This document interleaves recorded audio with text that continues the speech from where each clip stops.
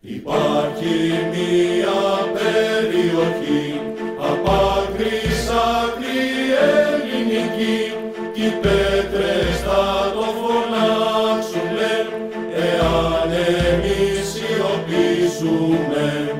Είναι η γη των πατέρων μας, η χώρα των Μακεδόνων, η ρίζα της Ελλάδος μας, το καύχημα των αιώνων.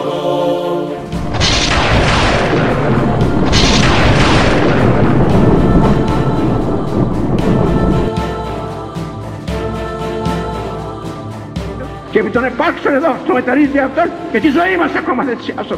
Δεν να μείνει η Ελλάδα, να μείνει η Μακεδονία, ή το είναι και θα μείνει εις πίσω όλων των δαιμόνων ελληνική.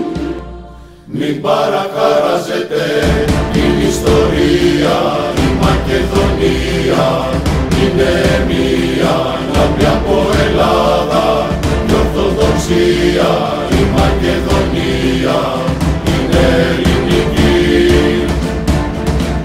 Μην παρακαράζετε την ιστορία, η Μακεδονία είναι μία λάμπη από Ελλάδα και Ορθοδοξία, η Μακεδονία είναι ελληνική.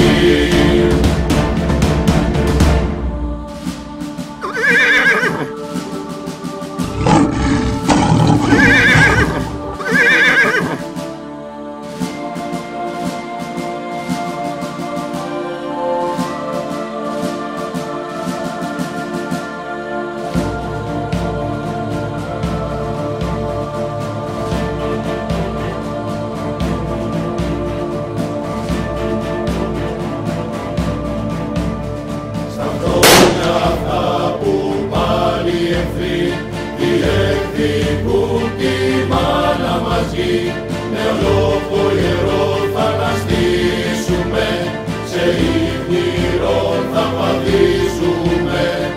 Κι έτσι η γη των πατέρων μας, η χώρα των Μακεδόνων, θα είναι ορθόδοξη και ελληνική, μέσα στο διάβα των χρόνων.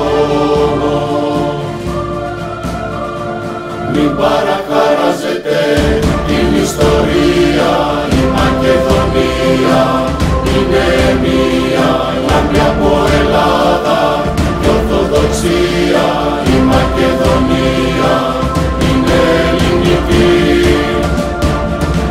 Μην παρακαράζετε την ιστορία, η Μακεδονία είναι μία λάμπη από Ελλάδα και Ορθοδοξία, η Μακεδονία είναι ελληνική.